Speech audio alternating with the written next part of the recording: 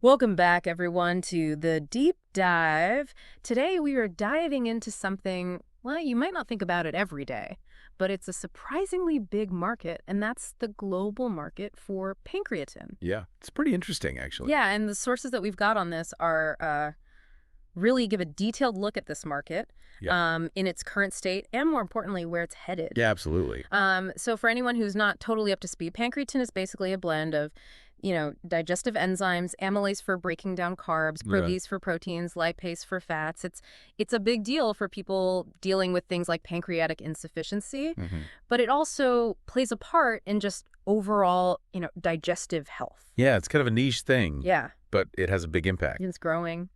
So our mission with this deep dive is to really get to the core of what's happening with this market in 2025, where it stands right now, Yeah. and where it's projected to grow, all the way to 2033. We're going to look at some of the interesting trends, regional differences, and really get a grip on what's driving this market forward. Awesome. And this report we've got has a lot of specifics in terms of the numbers and forecasts. Yeah. So let's kind of unpack that and see what we can learn. Well, if we're talking big picture first, Yeah. the global market for pancreatin is projected to reach 109.8 million USD in 2025. Wow. That's where we are right now. Okay. And then where it's going, it's pretty interesting. Yeah, the anticipated growth seems pretty significant. Yeah, it is. Yeah. By 2033, it's expected to reach 175.0045186 million USD, Oh, wow. which is huge, and the compound annual growth rate, the CAGR, is 6% between 2025 and 2033. Okay, so a nice steady growth rate over quite a while. Yeah. And the thing is that the base year for all these calculations is 2024. Uh-huh. They've looked at historical data from 2021 all the way up to 2024. Okay. So they're basing this on Yeah. pretty concrete data. Makes sense. Yeah, it's not just speculation. If you connect this to the bigger picture Yeah. with global health and wellness, Yeah, this growth really makes sense. totally. It's not surprising. Yeah, there's a growing awareness of these kinds of digestive health issues. Uh-huh. We're living longer. Yeah. And we're just generally making more progress in understanding and managing these conditions. And treating them. Yeah. Yeah, totally. Yeah. Now, let's sort of drill down into the different regions because that's where it gets really interesting. Yeah. It's not just this is not a uniform market across the globe. No, it's not.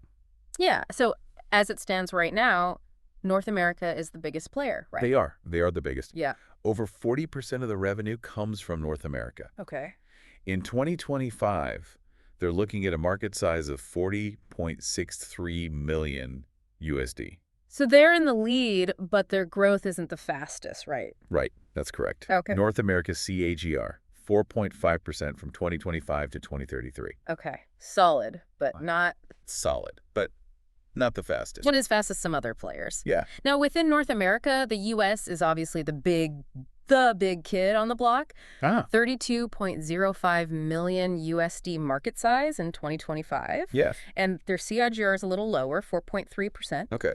But the report specifically mentions that technological advancements are a big factor in the U.S. So are we seeing better extraction Yeah. methods here or like, Yeah, maybe formulation techniques. yeah, So it's not just about awareness, it's also they're getting better at it. Yeah.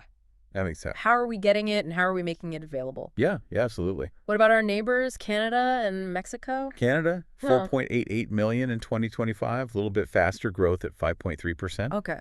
And Mexico, 3.7 million USD in 2025, and a KGR of 5%. Okay. So they're growing a little faster than the US. So across North America, it seems like this rising incidence of digestive disorders Yeah. is a common thing. That seems to be a big factor. Yeah, and this focus on gut health, that's a big trend we're seeing. Yeah, And absolutely. the availability of all these over-the-counter Right. digestive aids and things like that. Yeah. Now Europe, they come in second in terms of the market share, over 30% of the global revenue, and their market size is 31.84 million USD. Uh-huh.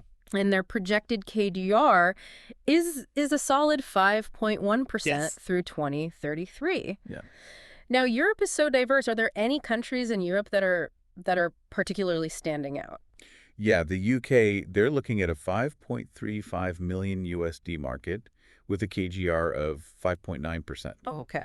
and similar to the U.S. Yeah. They're attributing this in part to technological advancements. So they're kind of following that same path. Yeah, it seems like it. Now, Germany has a slightly bigger market, Huh?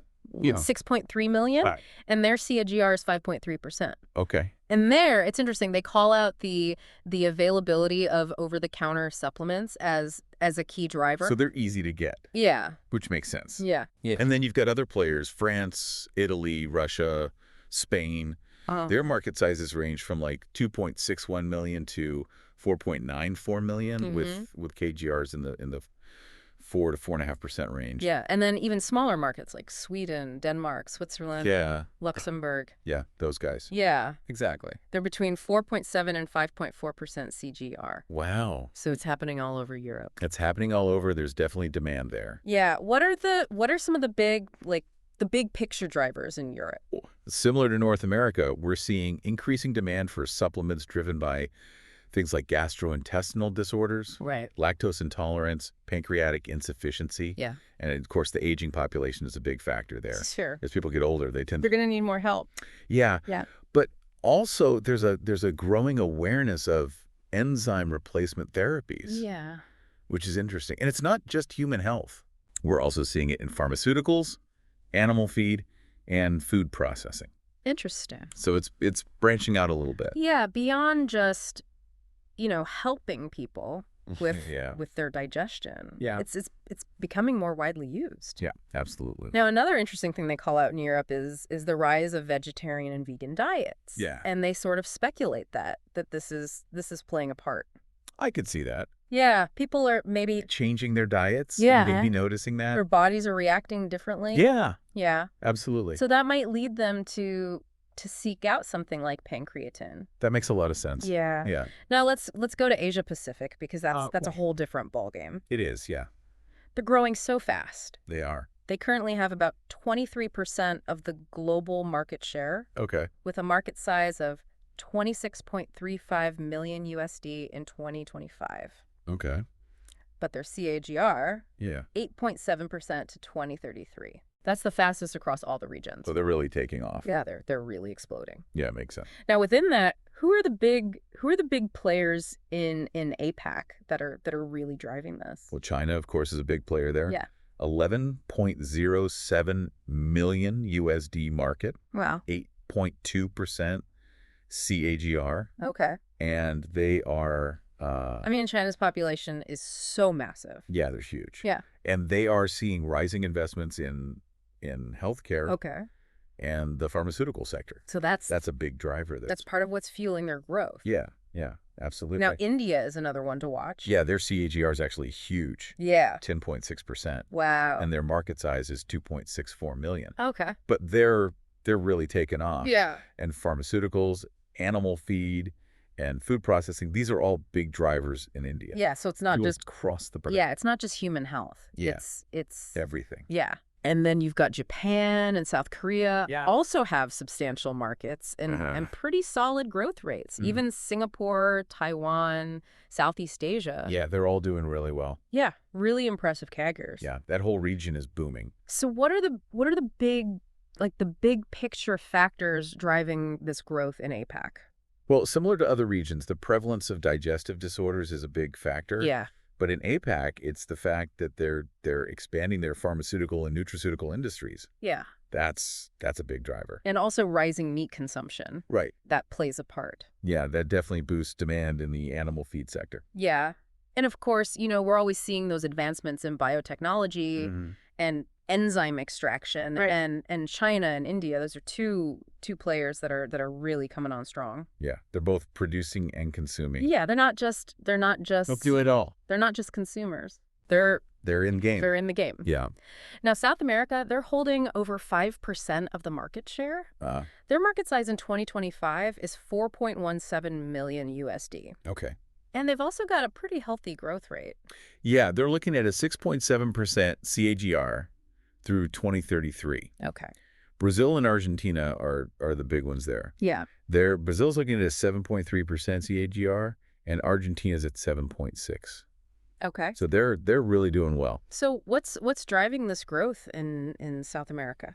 Well, like the other regions we've talked about, increasing pancreatic insufficiency. Yeah. More people are aware of these digestive enzyme supplements, Mm-hmm. and of course the geriatric population is growing. Right. But Brazil and Argentina specifically, their pharmaceutical and nutraceutical sectors are expanding. Okay. And one interesting thing about South America is that Yeah.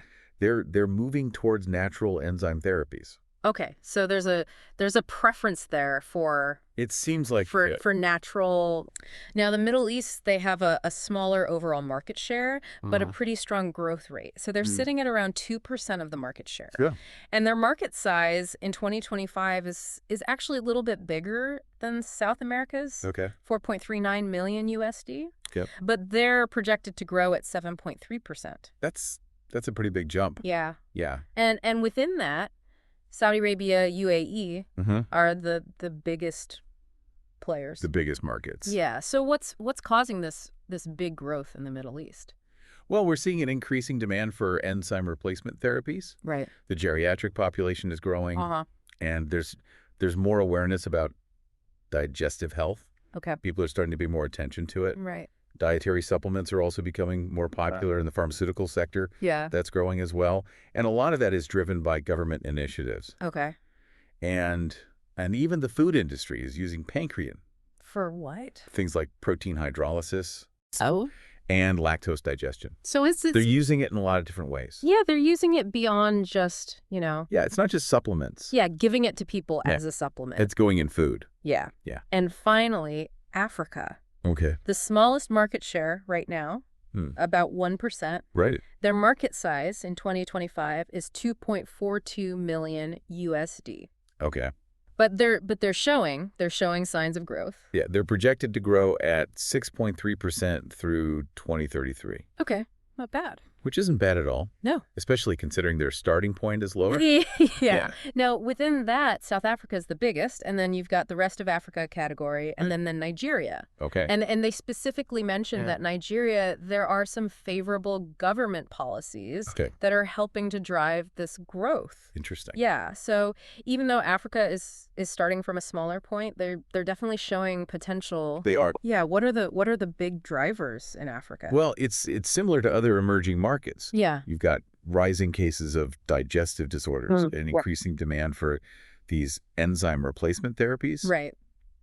Pharmaceutical and nutraceutical industries are expanding, and people are just more aware of gastrointestinal health. Right. And the population's aging, so all those factors. yeah, all those factors are coming to play. Yeah, it's a global trend. This It is awareness of digestive health. Yeah, absolutely. Now let's switch gears a little bit and talk about how the market is segmented in terms of like the actual physical form of the pancreatin. And like what form does it come in? Yeah. So what they're saying is that powders are going to continue to be the dominant form. Okay. And they're attributing that to the rising prevalence of digestive disorders, the demand for these enzyme replacement therapies. Yeah. The expanding applications in the nutraceutical industry. So it's very versatile. Yeah, it's easy to use, and it's easy to incorporate into a lot of different things. Makes sense. And they're saying that North America and APAC are particularly strong in the powder segment. Okay.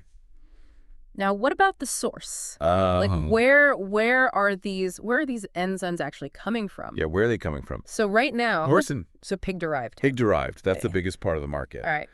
And that's largely because it's been used for so long in pharmaceuticals, food processing, animal feed. Right. It's the tried and true method. Yeah, it's the classic. Yeah. But here's where it gets interesting. All right. Bovine. Cow derived. Cow derived. Okay.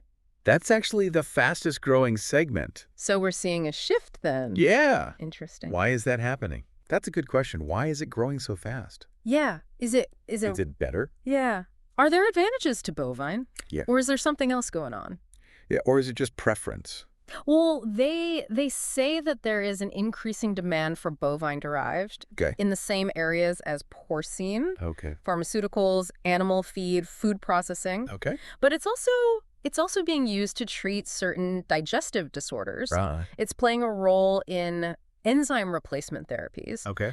And it's particularly good for protein digestion. Interesting. So there are specific... If there was specific advantages. Yeah, there are specific advantages. Okay. So maybe it's not just a preference thing. Right. Maybe bovine actually is. Maybe it is better in some ways. Yeah.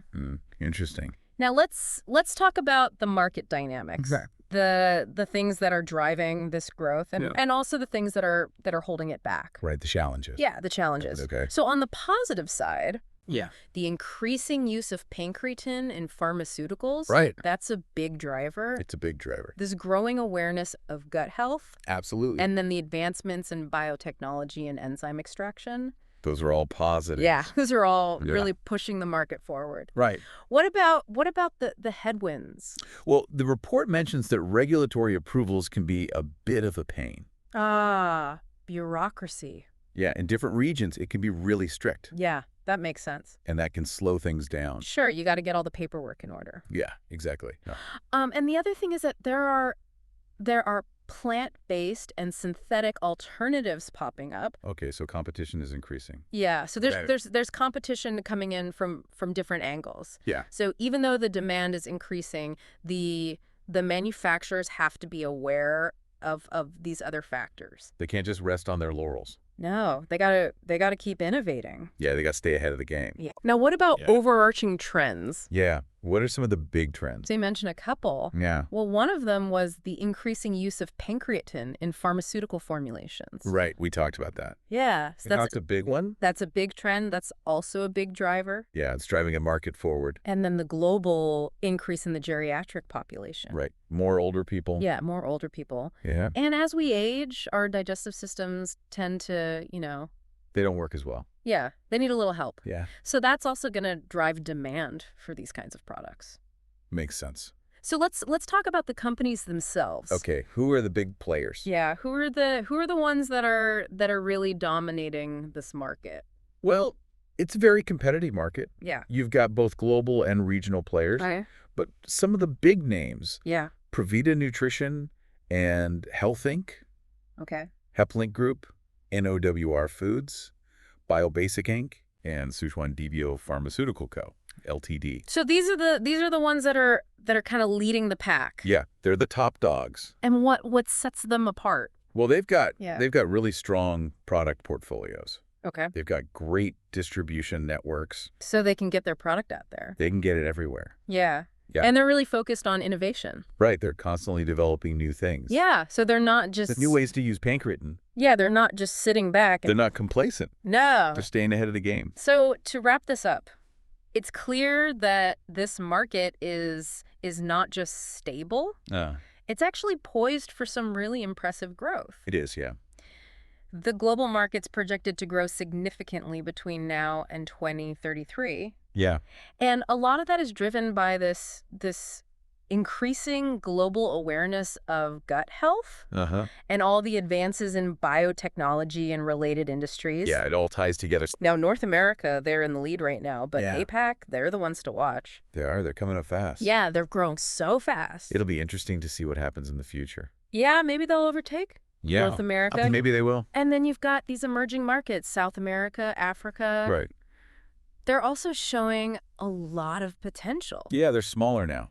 Yeah, even though they're smaller now. But they're growing quickly. Yeah, and this whole thing with bovine pancreatin being the fastest growing segment, Yeah, that's something to keep an eye on. it is. Because it really makes you wonder, But where are we going? Yeah, where are we going with the sourcing of this, Yeah. and how are consumer preferences going to shift? Yeah, that's a big question. Yeah, absolutely. So this has been a really interesting look at It has, yeah. a market that most people probably don't. Don't think about too much, Yeah. but it's important. But it's actually... It's vital, and it's growing. It's a big deal. So to leave you with a final thought, Right. with this increasing focus on personalized nutrition Yeah. and gut health, how might the applications and even the sources of pancreatin Right. evolve beyond what we're seeing in these projections? Yeah, what's the future hold? Yeah, what does the future hold? It's hard to say for sure. And maybe the fact that bovine is growing so fast and that APAC is really taking off, Yeah. maybe those are clues Maybe. as to where the innovation and the focus of the market is going to be. That's a really interesting question. Yeah. I think the dietary trends, the technology, the healthcare needs, Yeah. all of these things are going to shape the market in ways that we can't even imagine right now. Yeah. It's an exciting area. It's a dynamic market. Yeah. Lots going on. So thanks for joining us for this deep dive Yeah, thanks for listening. into the global pancreatin market. It's been fun. I think we both learned a lot. I did. Yeah. I learned a lot. We'll see you next time. See you next time.